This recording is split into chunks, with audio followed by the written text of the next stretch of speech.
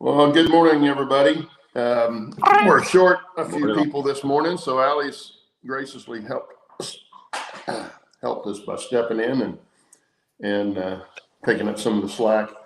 Excuse me. Anyway, Allie, I'll let you go down the rundown there. Thank you for having me back again, gents. Hang on a sec. Let's see. We have good morning to Almar, DES Media Production, Digger Evans Model Railway, Grandpa Rails, good morning. John Tanzillo, hello. Lynn McCurdy and the HDMMRC. We have Dennis in the chat. Roy's just popped in. Hello, Roy at Container Man 68. Rob T Man. We have John Schoolkill River Valley. Steve Arnold's here as well as the CB&Q in Wyoming. And Steve 87th, PSAP. Mr. Anderson. And Sheepboy 256, I think, just popped in as well. Yeah, looks good. A lot of people just popped in then. Yeah.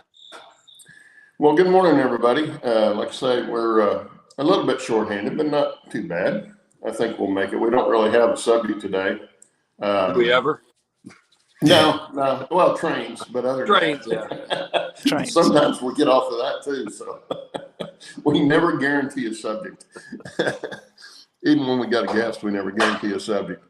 But anyway, yeah, I wanted to thank Sammy Carlisle for coming on last week and being on our show and Sammy and Samuel.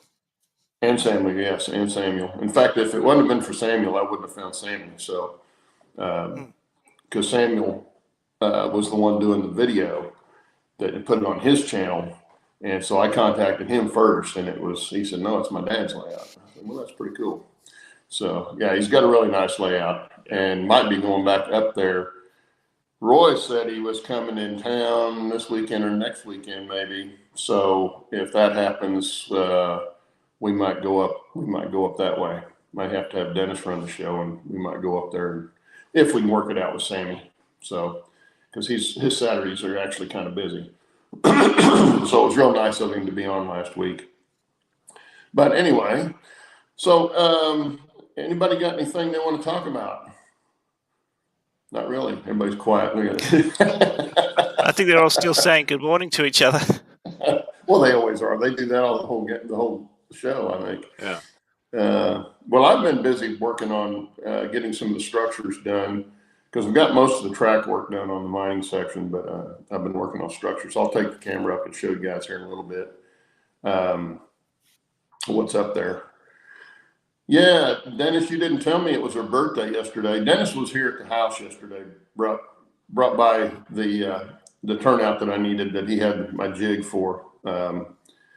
But he was on his way to a family outing that he's at today. So they came by, we had lunch, and he didn't tell me it was Gail's birthday today. She's 28 again. She's not even 29, 28. Well, she doesn't look a day over 20, Dennis. Oh, you flatter her. Yeah, I try and get on her good side. Well, you go over there and get good breakfast. So. Oh, she feeds you too. That's not bad. Yeah. Flattery and Walmart bags will get you everywhere. So. Yeah. Exactly. Flattery and Walmart bags. We got to have something to carry the flattery around in, I guess. Come on. Why is it? Oh, there it goes. Nope, that wasn't it. He wasn't planning the day back work tomorrow. I want 2 days, one in Tulsa, one day over at Dennis's place. Sound good, Dennis? You read that, Dennis? Roy wants to come to your place. So you're going to have to work that out with him because Dennis has weird work days off, so weekdays off. So you'll need to work that out with Roy when he's going to be there. But yeah, I think you've got Gail blushing a bit. Oh, I doubt that.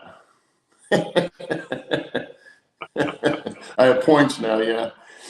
They're probably not very big points, but well, Dennis, you'll have to work that out with John. I mean, Roy. I don't know what his schedule's like, but he can come by here pretty much any time. But if you want to go to Dennis's, you got to catch him because there's nothing else out there. Literally nothing else out there. But anyway, what were we talking about? We hadn't started yet, have we? Yeah. I've gotten a lot done on mine. Your switch. Switch for your mining disc. Yeah, he had brought by the switch, and he says, yeah, I've gotten a lot done. Well, I have most of the tracks down, and I started on the structures. The reason I started on the structures is because being mine buildings, none of them are flat. They're all, got elevation that they're attached to. And so I needed to build the structure so I knew how they were going to sit on the layout. And so I could build up the mountain to the structure where I need the structure to sit. And so I'm building the structures right now, and I've got one of them almost completely done. Just needs the tram buckets and the tram line, which I got those in yesterday. Cool. And then the next mine is about 3/4 of the way through. I started putting some lights in it and stuff like that. So I can show you that stuff too here in a little bit. But anyway, it's coming along, and I've got 3 more mines to build for that, plus the mining store supply that's going to go up in that area. And then I can start, once you get that, then you can start scenic and having the fun stuff. But anyway, I got most of the track work in. Yeah, looking forward to seeing that. That sounds really cool. Mining offers so many opportunities for switching as well as buildings and structures. Yeah, it's I was going to put a little small town up there in that area, and of course it wasn't going to be very much what I had planned. And I thought, I ought to put some more mines in there because it just is so much more interesting, those kind of buildings and scenes, I think, especially for a narrow gauge, because that's what they did, was they just worked their way up the side of the mountain, to the mines. And having gone out there and done the tour above Animas Forks, above Silverton, and you see all the mines and stuff that are still standing out there or partially standing, it's just amazing the ingenuity that they came up with to get to those, to get the ore out and back down to the mines and stuff, or back down to the mills. So to me, that's just really interesting. Plus it's in the mountains, so it's a plus. But yeah, I'll show you that in a little bit. No, Steve, I don't have any 4x4 wood mock-ups. I didn't do that. I did do a couple of cardboard mock-ups, but I didn't do any wood mock-ups. But that's not a bad way of going about it. If you've got if you watch his if you watch Otter Creek and Rio Grande, Dennis's channel, it's actually quite interesting how he's going about that. Well, he's got all the tools to make doing it that way fairly simple. He's got table saw, he's got the sander, he's got a planer so he can smooth those before he glues them together, which is huge. If you're ever worked with 2x4s and that kind of stuff, that's rougher than say a 1x4 that you get, trying to glue those together and get them flat. Yeah, it's not easy to do. If you've got a planer and you can take that outside 1/8 of an inch off, then you have nice flat surfaces to glue to, and that makes it much easier to do. But yeah, the way Dennis is doing it is really cool, and it's a really efficient way of building models for a layout. Yeah, especially if you're not going to do an interior. If you're not going to do an interior, that's a great way to do it because it's very simple, especially for scratch building. In fact, I will probably do something similar to that with some bunkhouses and stuff like that up in the mining district. They won't be very big buildings. Wouldn't even be a full 2x4 width, but it'll give you something to put the siding on and all that without having to just glue the edges. Makes it a little easier to put on. Makes them a bit more solid too, so they'll handle a bump or two. Yeah. Steve says, let's face it, Dennis never got rid of his blocks from being a baby. Well, he still plays with trains, so there you go. This shows we're all pack rats. We all keep this stuff from childhood if possible. Yeah. We're all hoarders, aren't we? Yeah, I wish I still had my first one, but I don't know whatever happened to it.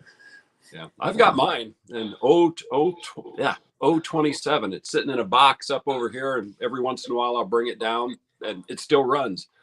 Yeah. Oh, yeah. Well, you couldn't kill those things. You know, they were like tanks. I tried. Oh yeah, I did too as a kid. Yeah, we did it. Ran them off the table. Everything. You know, had no concept of breaking something. And of course, back then well, my Tonka trucks. We lived on a hill that had like 30 steps down to the street. My Tonka trucks all went off that down end over end. You know, you just go down and get them and bring them up and do it again. Yeah.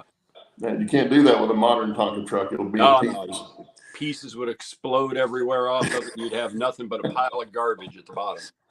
Well, that was when they used to mold the detail on, as opposed to now it's all these tiny little extra add-ons, which you just... Well, they weren't molded in. We're talking early Tonka. They were metal add-ons with tabs, and then they bent the tabs on the backside for all the detail on. Not that they had a lot of detail, but they had real rubber tires, you know, stuff like that. So they were pretty tough.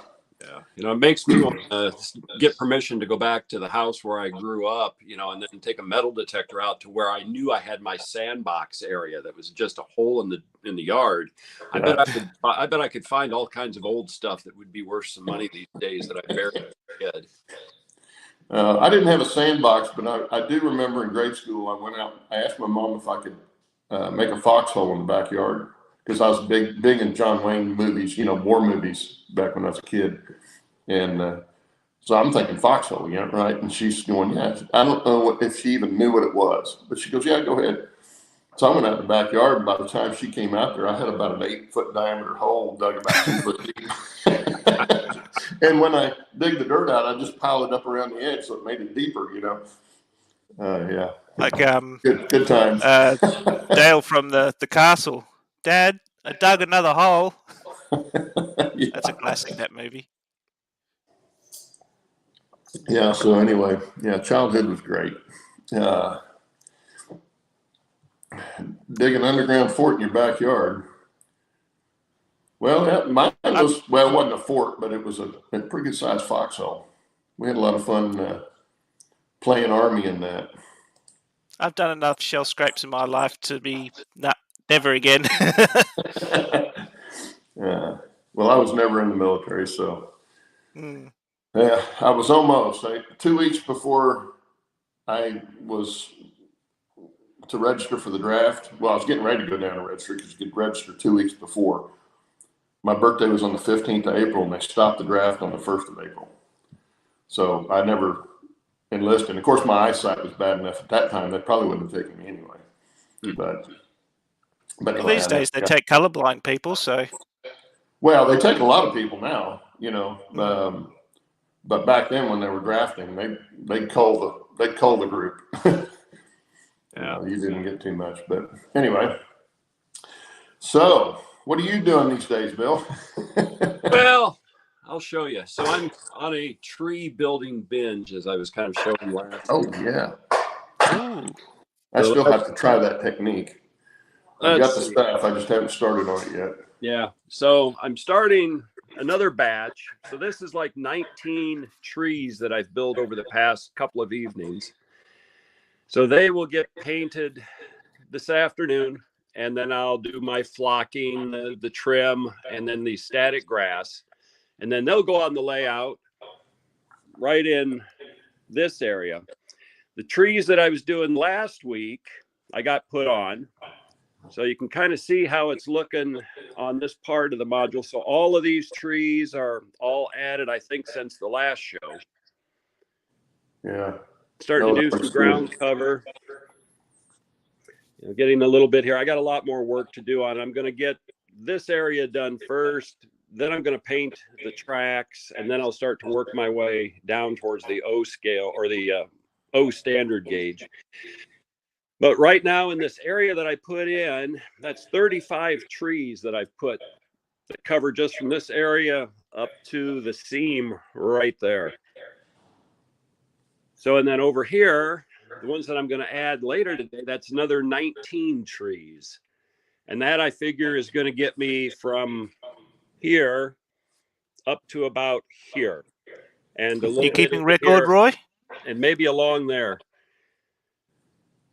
So wow.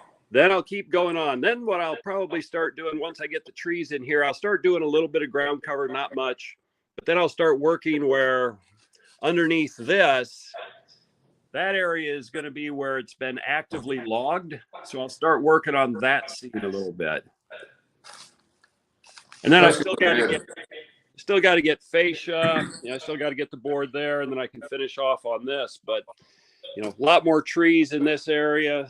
Some trees still going in for down here, and then a lot of detail and groundwork. So a lot more to do, but I'm going to try to get as many trees in as I can here in the next week or so. Yeah. Well, and I was thinking about the size of your trees versus what I've got on my layout. Of course, mine are all Woodland Scenics armatures and stuff that I've got on there right now, which are actually probably a little bit too small. But the difference between my layout and what you have on this layout is this is all up close in your face scenes. Yeah. And so by having the bigger trees, it really plays to that. Mine, not so much, because you're standing back a little bit more and seeing a bigger scene. And so having the smaller trees kind of works. Yeah, it does for that. Like this one right here is a 15-inch tall pine tree. So, yeah. On this up against like HO scale track, the ON 30, it's still, even in HO scale, it would be a tall pine tree. But, if we were doing scale type trees, this still wouldn't be very tall compared to what you could actually find in real life. Well, especially up in Oregon. Oh, yeah. Yeah. We saw some really monsters out there. Well, see, yeah, the tallest one on my layout right now is about half of that.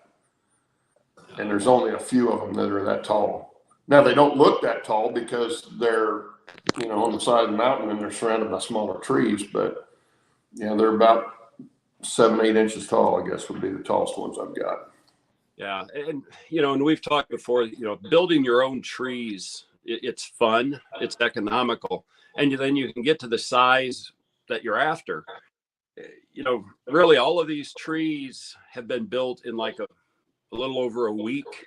It just doesn't take very long. And I've got a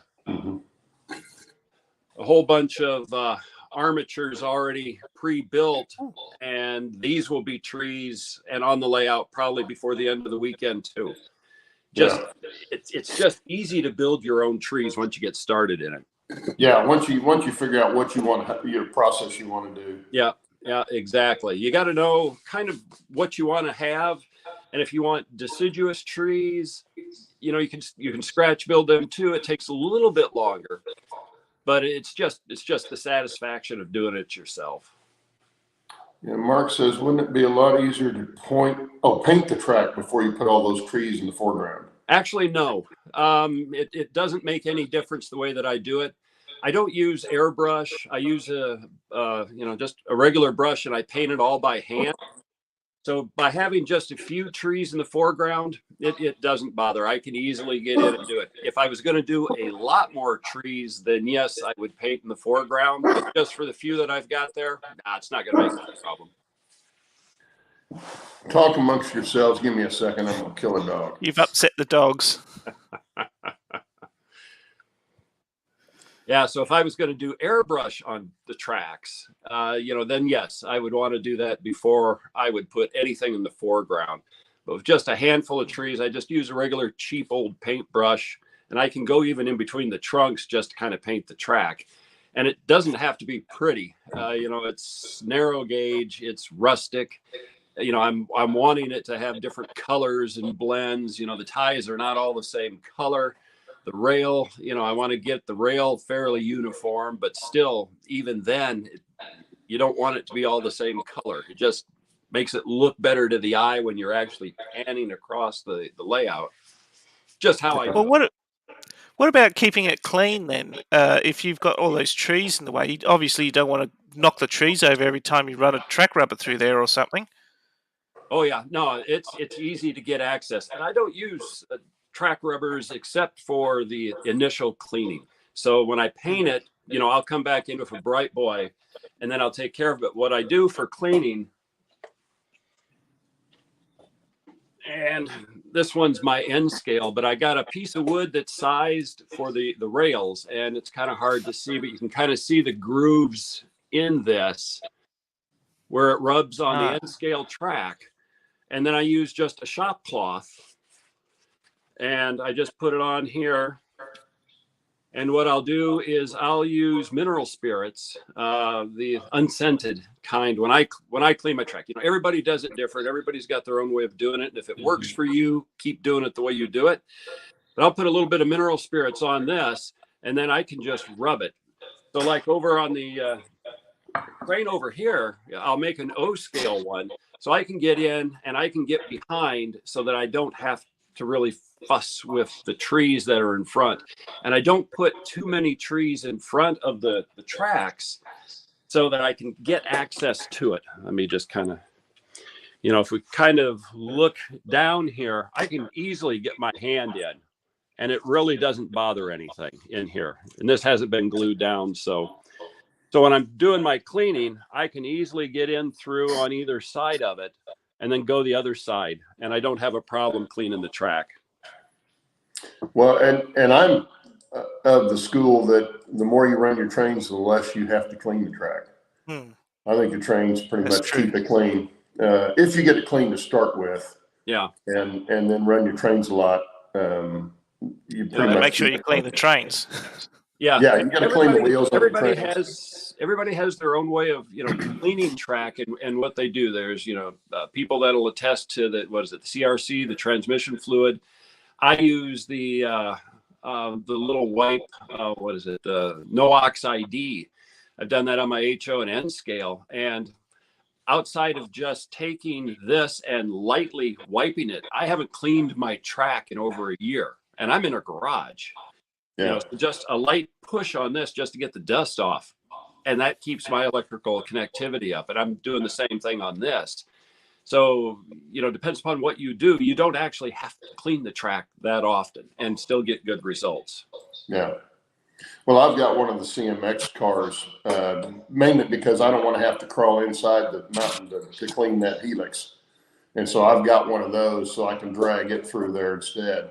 And it does a pretty good job. Because I use mineral spirits also on it, and it does a good job, and the trains tend to run pretty good after you've run that through. But you can run it through pushing or pulling, whatever, and not have to get your hands into those places. Yeah, and it works pretty well. Yeah, and you don't have to worry about scenery because everything's out of the way of the track anyway. Yep. But yeah, my biggest worry is knocking over trees or knocking over line side details like signals and stuff like that. Dennis says that's how he cleans his bill. Wood block, he's glued a chamois on wood blocks. Oh, there you go. Yeah, chamois would work real well. Yeah, I mean, think about that. But yeah, for every modeler that's out there, everybody has a different technique, and if it works for how you're doing it, then that's the way to keep going. I tried a rubber sheet because I had a lot of rubber gasket material when I was building airplanes, and I used some of that once, and it does clean it. But if you get down real close, you'll notice that some of that rubber comes off and stays on the rail. So it turned out not to be a good thing. But I guess if you had a hard enough rubber, it might be okay. But yeah, the one I had was just soft enough that would leave a little bit on the rail. Yeah, not be sort of a quasi-abrasive like what you were intending for it. Yeah, something that's abrasive but not real abrasive to the track. Yeah. And like the method that I use using the stick when I put the mineral spirits on, and I was doing the HO scale. This has been over a year ago before I put the no-Ox. I used mineral spirits. It was really rubbing to get a super clean track. I thought that my rail was just absolutely filthy because I would keep moving. I would move that shop towel like a 1/4 inch, you know, as it would get dirty and keep going. And I'd keep getting it grimy looking. Then it finally realized that I was burnishing the track. So I was actually getting the nickel coming off onto the rag because I was rubbing it to the point of, you know, it's like, it's dirty. And I keep going over it and over it. And I'm still getting this. And then it dried and it was the same color as the track. And it's like, I'm doing it too much. I just needed to go a couple of times to be done. Yeah, just light wiping. Once you clean the initial time, just the light cleaning then after that is really all you need. Yep, just enough to get the goo off. Yeah. Oh, Dennis, here you go. Roy says he's only 2.5 hours from you. Well, he's closer to you than I am. Where are you at, Roy? What town you live in? I know you're in Kansas somewhere. Anyway, Mark says he uses he just uses a John Allen track cleaning car. Yeah, I remember those. They put them in Model Railroad, or how to make those out of a box car. Yep. Yeah. And then I had one of the old AHC box cabs that had a little abrasive pad on each end of the car for each rail. So you had two on each rail, and you turn that sucker on and run it in DC, and it sounded like a dump truck going through there, man. I mean, it was the worst motor they ever could put in a train was in that little box cab. It just sounded horrendous. I've seen people do them now, remotor them, and they look pretty good now. But yeah, I've got one that is not a track cleaner, but it's one of the box cabs. And you're right, the motor is just horrendous. I love running it just because it sounds like it's load as it's going down the rail. Yeah, they're old open frame motors, and I mean they're horrible.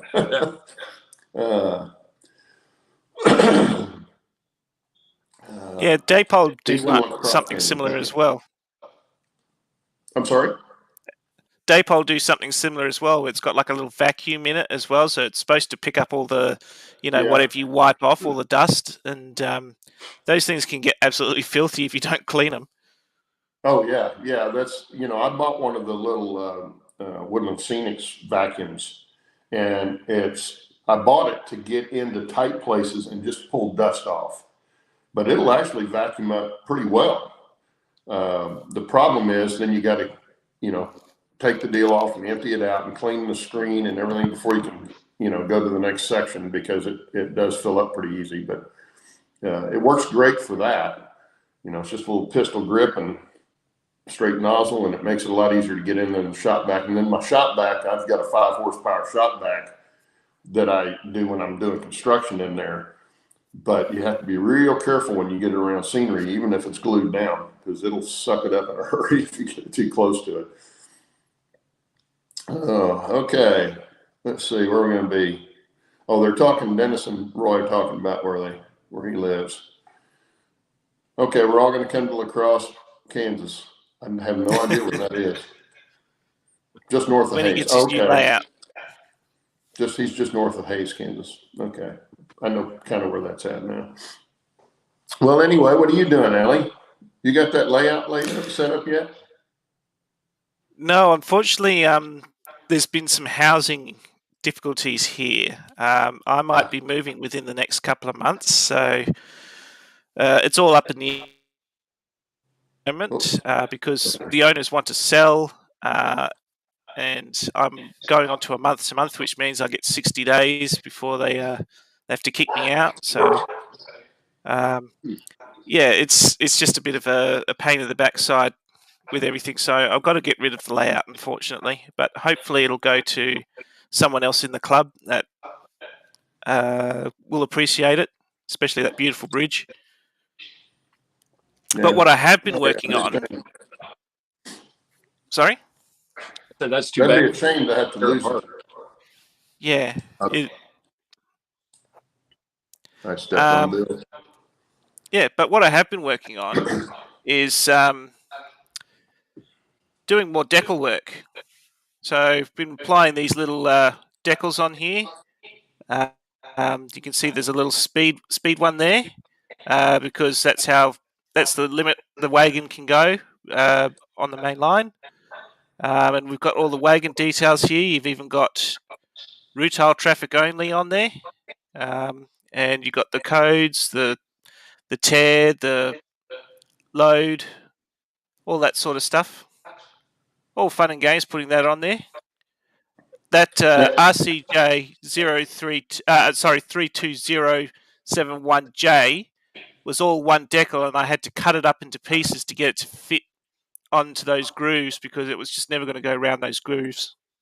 So do you guys get much graffiti on your rolling stock there? like they do here? I mean, Yes. You can't go buy a train here in the States without it all over the train. Yeah. Most of the modern stuff these days, you look at a CBH train running through the Avon Valley, they've all got Fed Up written on the side of it, and they suspect the guy who's writing Fed Up, FEDUP, he's somewhere in Northam, they think, because all the trains tend to go through that area. So yeah, nearly every second wagon now you see on there, it says Fed Up in different types of graffiti, different versions. Yeah, but in the early West Rail days, they tended to keep their rolling stock fairly clean. I mean, it was dirty, but there wasn't a lot of graffiti in the 90s. You know, that kind of wagon was what you'd probably put on a superphosphate or a fertilizer train. And I've been doing a bit of research into when they deregulated that in the 90s. They ran block trains of fertilizer till about 1993, and then it all went to road transport. It's another one of those losses that the railways just never could recover from. Yeah. Yeah, it's funny how you started seeing graffiti. I can't remember when I first saw graffiti on a train. I thought, well, somebody snuck in and sprayed that car, and then now there's the highway goes from out here where I live to downtown. About half of it, when you get about halfway into downtown, the railway or rail line splits the highway. And that's what they did, is built the highway on either side of the rail line. That's what they did. But sometimes they'll have a train parked out there for a couple of days, and it may be 30, 40 cars long, and every one of them is graffitied. And if it's not graffitied when they stop, it will be before they take it, before they leave. It won't take long. No, we get people. The good thing is that, some of that graffiti's pretty good artwork, especially when they're just using spray cans. And it's amazing how good some of those guys can be with their girls, whoever's doing it.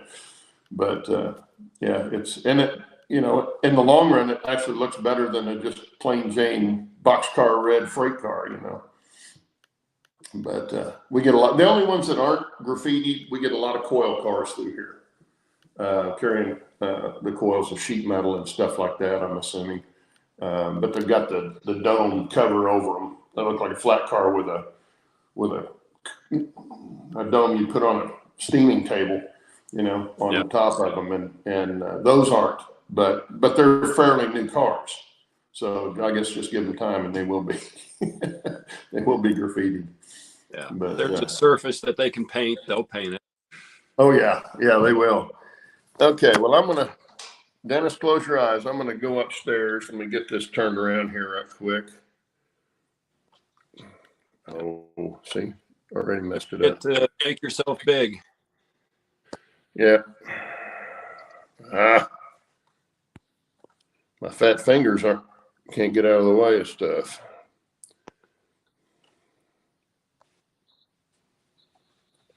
Well, I can show you this wood chip train later when Claude's done. That's covered in absolutely covered in graffiti.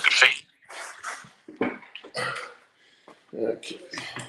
I'll actually cover the screen so you guys don't have to. Come on. There we go. I'll do this so you won't get sick. If Dennis would get sick, he's got extra Walmart bags, so he should be okay. Yeah, there you go. Yeah, you have some extra bags there, Dennis. Let me get the lights turned on. Okay. Okay, well, I think I showed everybody, and don't mind the tree. That's just sitting there because it was in the way. I think everybody saw this angle. This is the switchback leg here coming up. This is the turnout that Dennis brought me. That's going to go there. There'll be a mine here. There'll be a mine right here. There's that mine right there. And then coming down out of the switchback through the cut, there'll be a mine right here. And then coming further over, this is the one I just pretty much finished. It's not completed yet, but close. This is a Master Creations Leadville powerhouse that I converted. It converted it into a tram house. So I added the opening on this side toward the mountain. And then this side will have the track coming out to the bend. And this is I can't remember the name. CM models. This is a kit of a model of Virginia City ore bin, I believe. Now, Virginia City probably had tons of ore bins, but that's what the box says. Then this, I don't know, anybody that watches Michael McCarville might have seen this. This is actually a kit for a boathouse, an Eastern U.S. style boathouse. And I saw it when he was doing it, and I thought, boy, that'd make a great tram house or a tram terminus. So it's going to set right up here on the mountain.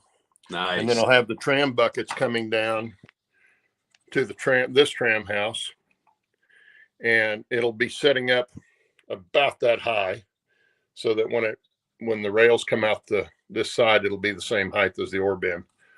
And then out past that will probably be another rail going out for dumping the trailings. But I got the Y hooked up. It's all in and ready to go. The only one I haven't done is the turnout back on the other side I showed you, and this one's spur off of here because I added this turnout in to put this spur in here. But those I'll probably get done today, and then get the track painted, and then finish doing my backdrop's supposed to be here today. It was supposed to be here Tuesday. Good old U.S. Post Office. It says it's coming today. We'll find out. But that'll be the backdrop. Then there'll be mountains back in both of these corners, and probably most of this side. And then I'll have a backdrop on this side over here. But it's going to be a lot of fun doing this. I'm really kind of excited about doing this section of it. Plus, it's up high where it's easy to work on. So is your backdrop sort of cantilevered out? This right here. Well, let me show you the room. Ceiling. Okay. This is the dormer on the upstairs. upstairs. Oh, yeah. Okay. So that makes sense. Yeah. So you can see over on this side, I just went straight up to the dormer and cut it. But over here, I didn't have that luxury. Yeah. Are you going to have any issues with that, with bringing your lines down from the mountain down to your mills? No. What I'll do, because right here, I don't know exactly what I'm going to do with my fascia above. You can see I've got a bracket over there, about the top of that backdrop mountain there. Yeah. The last bracket, but I don't know if I'll bring it all the way around the corner because the mountain's here. And I've put in the track lighting up here to light the mountain, because of course you can't really put a fascia over the top of it very well with lighting. But here I do plan on putting some short fascia with lighting in it. But I don't know how far over I'll come. But I've had to get kind of creative with some of this. It's like this fascia here where it comes over to it. This is kind of my template for cutting the fascia that's going to go here. So I did the same thing on this side, on this top piece here. But you can see here, the rock actually comes out over the front of the fascia. And really, all that's blending it. Yeah, it's hiding the tortoise that's back there in the lighting. So I'm kind of doing it on the fly. So I don't know yet what I'm going to do, how I'm going to do it. But I will have fascia at least over to this point here. The corner may get left undone. I haven't decided yet. I'll put stuff up there and hold stuff up there and see how it looks. And I don't want to intrude, with a fascia out here, because I'm going to put that tram in here. So if I did a fascia up here, it's going to be really close to the wall, which I don't know that I want to do that. I'm almost rather come back over here with it. So we'll just have to see. But that was a good question. Yeah. Like I say, I'm building it on the fly. So a lot of the questions that you are going to ask like that, I don't know. I haven't got there yet. And when I get there, I'll figure it out. Yeah. That's kind of the fun for me, is figuring out a problem. Oh yeah. That's the fun of the hobby. You get into a situation and you're having to go, what am I going to do here? And then be creative to solve it. Well, it was like this little transition here. This is the standard gauge going into the loop, the bottom loop in the mountain. And I kind of had this coming out like this, but just regular plaster. It wasn't the rock mold like it is now. And then I found this backdrop, and as soon as I saw the backdrop, I thought, that's perfect. I'll cut that plaster part out and put the rock molds back in there instead. And it just fits now. Yeah, that's a beautiful scene right there. And of course, it's not lit under there right now, so it's kind of hard to see, but you can see these rocks are kind of gray. It's kind of hard to see without the light, but the further they come this way, the browner they get. And so then that transitioned into Bill's mountains here. And then I had the vertical mountains kind of as almost a scene break, and then come over here where we're coming back out onto the flat, highland area. Yeah, that looks great. And then got that. So yeah, it's coming together pretty well. And I'll do an update on my channel once I get the new backdrop up and finish the track work, and then I'll probably do an update. Anyway, that's what I've been up to. Now, did you do any video when you were building the structures? Because again, I just love how you weather them. That weathering just looks absolutely fantastic on them. And I really haven't done any, Bill. I haven't done any weathering on them yet. This is the 100 line stain. This is the brown. Yeah. And this is the creosote. I like using the creosote because it looks like weathered wood that's not been painted or stained or anything. Yeah, that creosote is perfect. Does look good for those buildings. And if you want it darker, you just put more on after, let it dry, and put some more on, and it just looks really good. That's what I did over here on the cattle fencing and stuff, to make it look like just raw, untreated wood. Yeah. Well, what's the brand name for that creosote again? Hunter Line. It's made in Canada. Hunter Line. Hunter Line. Okay. But you can find it.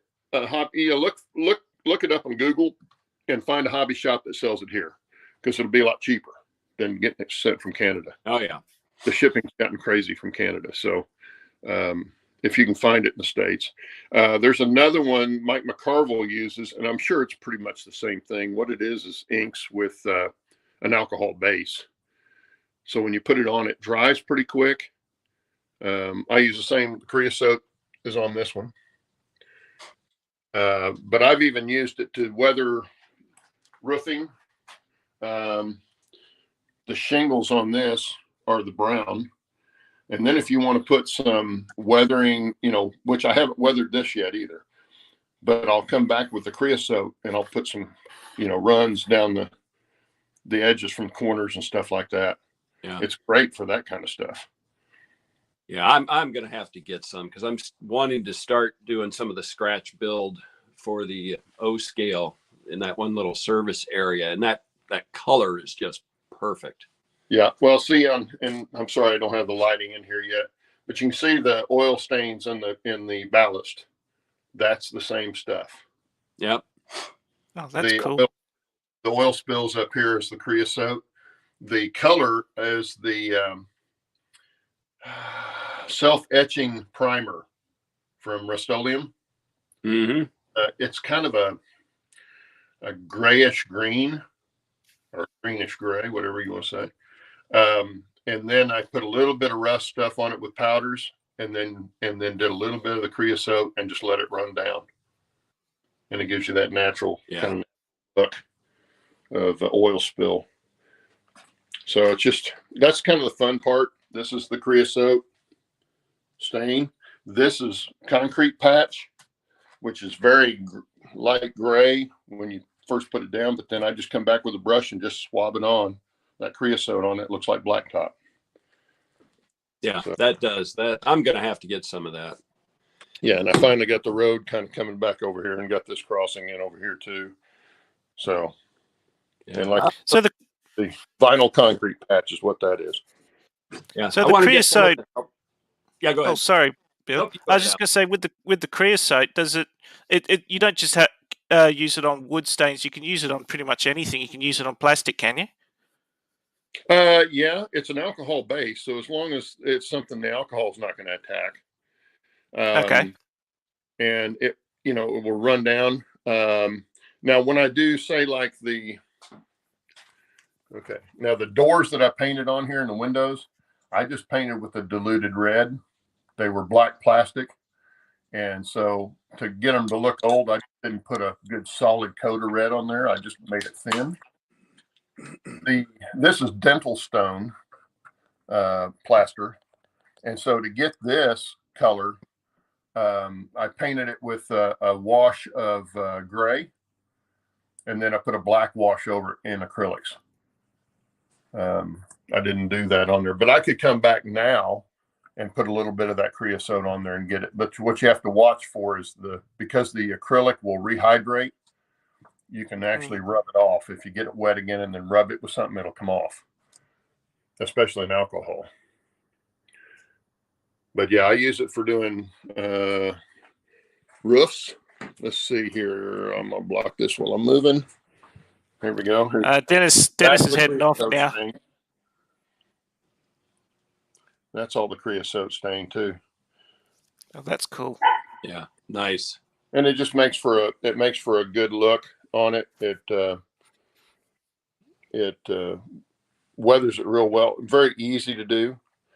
No, I'm sorry. That's I was going to say I did that too, but it's not. This is acrylic paints in there. But I use it for weathering like roof and stuff like that, especially a tar paper type roof. And this is all sandpaper actually that I cut up, a fine grain sandpaper, and it looks pretty good for roofing material. Anyway, that's what I've been doing.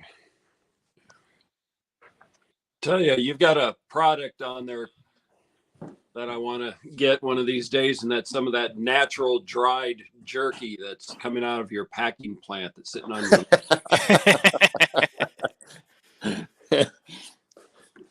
Yeah, we'll put it on a stick for you, see? Kind of like you're at the county fair. We just had our fair, was here a couple of weeks ago, and I swear they put everything on a stick. They had pizza on a stick. I'm not sure how you do pizza on a stick. I just saw the sign. Yeah, pizza on a stick. I'm not sure how you would eat that, but there I go again. I suppose any cooked food product you can stab with a skewer and you can sell it. Well, fried pickles and fried Twinkies. Yeah, fried pickles, dill pickles. Oh, those are good. Are they? Yeah, I've never had a fried one. Yeah, no, they're good. But yeah, it's crazy when you walk down through there and they get all the stuffs on the stick. That's so it's easy to eat while you're going.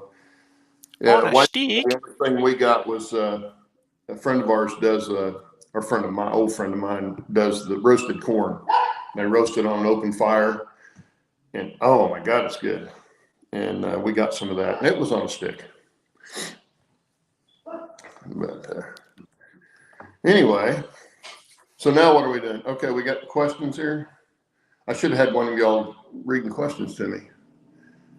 Okay. Could I seal the acrylics first, then use creosote? Yeah, you probably could.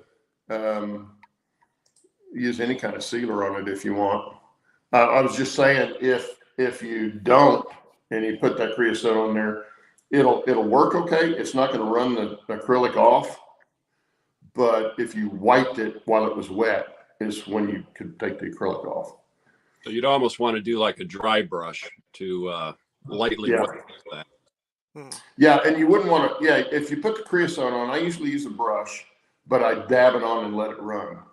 I don't usually wipe it unless it's something like the roadway, or I'm wanting like the stains around the stacks on the roundhouse, stuff like that. Then I would do that. But I'm still on large camera here. Let me get this off. There we go. But yeah, you can use it, and it's pretty easy to do. And like I say, on the bare balsa and basswood, stuff like that, it just makes it look like weathered wood that's been sitting out in the open air for a long time. What do you got here, Allie? I thought I'd bring this one up. You were asking about the graffitied wagons, so I thought I'd play this one for you. There you go. There's some right there. This is a wood chip train down in Albany that I got earlier this year. Yeah, was it this year? This train's contract, it looks like it's going to be ending fairly soon, so I wanted to get in there as quickly as possible.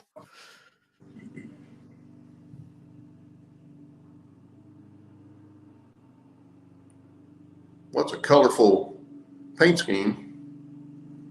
Yeah, Horizon is a mob from Queensland. They used to be Queensland Rail, and then they took over the West Australian side of it, and then of course renamed themselves to Horizon.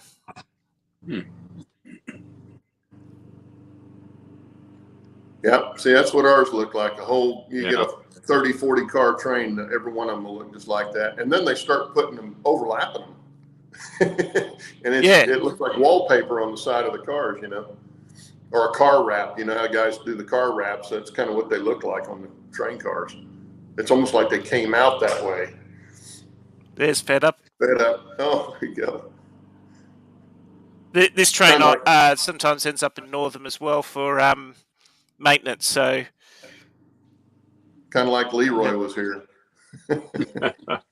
Yeah. What was the name of the guy? I think it's Jason or something that does the graffiti.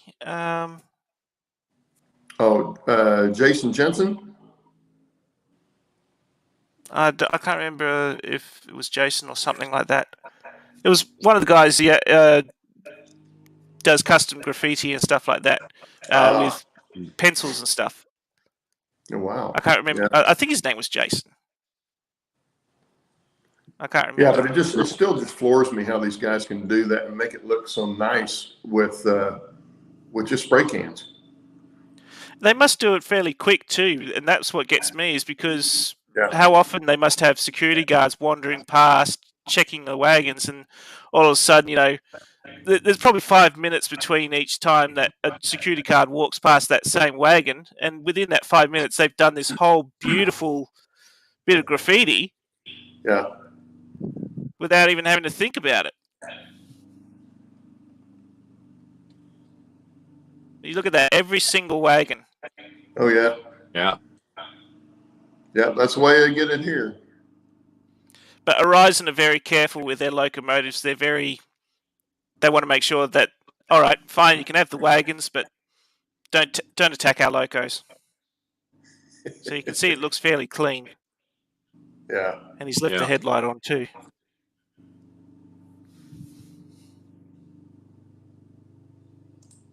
Nice. Yeah. Well, thank you for that. Yeah, I keep thinking every time I drive by the trains here that I was telling you about that bisects the highway, I keep thinking, I wish I had my phone up ready to do it because I'm usually driving, and I definitely don't text and drive or anything like that. So, the phone would have to be on the camera and ready to go, where all I had to do is hold it up and not have to look. But every time I run by one that's graffitied like that, and it's that many, I think, oh man, I wish I got that. But I never know when the train's going to be there until I see it, and I'm on the highway already. So, may have to get my wife involved sometime. That train runs quite regularly. I think it runs probably twice a day because it only runs a short distance between Albany and a siding called Redmond, which is about, I think it's about 20 to 40 k's up the track, so it's not very far. It's just and as you can see, it's got a loco on each end. They just run back and forth. Roy wants to know if those are gates on the wagons. Gates. I'm not sure what he's asking there, but yeah, I'm not sure what he's referring to because those are they're wood chip wagons. That's why they're so big. They're actually probably the biggest wagons on the network because we've looked at trying to 3D print those, and they turned out to be about 30 centimeters long. So about, well, for me, about that long. yeah. Very, very big wagons. Yes, they are bottom dump container man. And the XOAs, the originals were XOs. The XOAs have hungry boards on the top as well, so they have a little bit of added capacity to them as well. So, they say they're wood chip cars. Is that a byproduct of manufacturing process, wood chips, or is it just straight run through a chipper and just made straight wood chips with it? Well, Redmond is a big pine plantation area. They deliberately grow pines for wood chips, and they sell them to places like China to make paper and stuff like that. So they do export it because where it was coming out of in that video, it does a big circle back, and that's where the unloading facility is, and it goes straight from there to a big pile, and the big pile gets sent up into a ship because the water is right there, and shipped all over the world. Okay. It's a fascinating little operation. Yeah. Well, you used to see the sawdust burners and stuff at large sawmills, wood chip burners, and they just burn all that wood chip back in the day. I doubt they do it now, but back in the day, that's what they used to do. And in fact, you can get models of the little sawdust burners. Makes for an interesting little scene if you're doing logging and stuff. Now, Bill wouldn't have room for that. It wouldn't you wouldn't have the sawmill up there, but no, it'd be a bit modern, wouldn't it? I'm sorry. It'd be a bit modern, wouldn't it, for what Bill's modeling? Well, actually, I'm modeling the Not really. 1950s, so it would be right in there. But I just don't have room to do it in O scale. A logging plant would look even cramped with the space that I've got.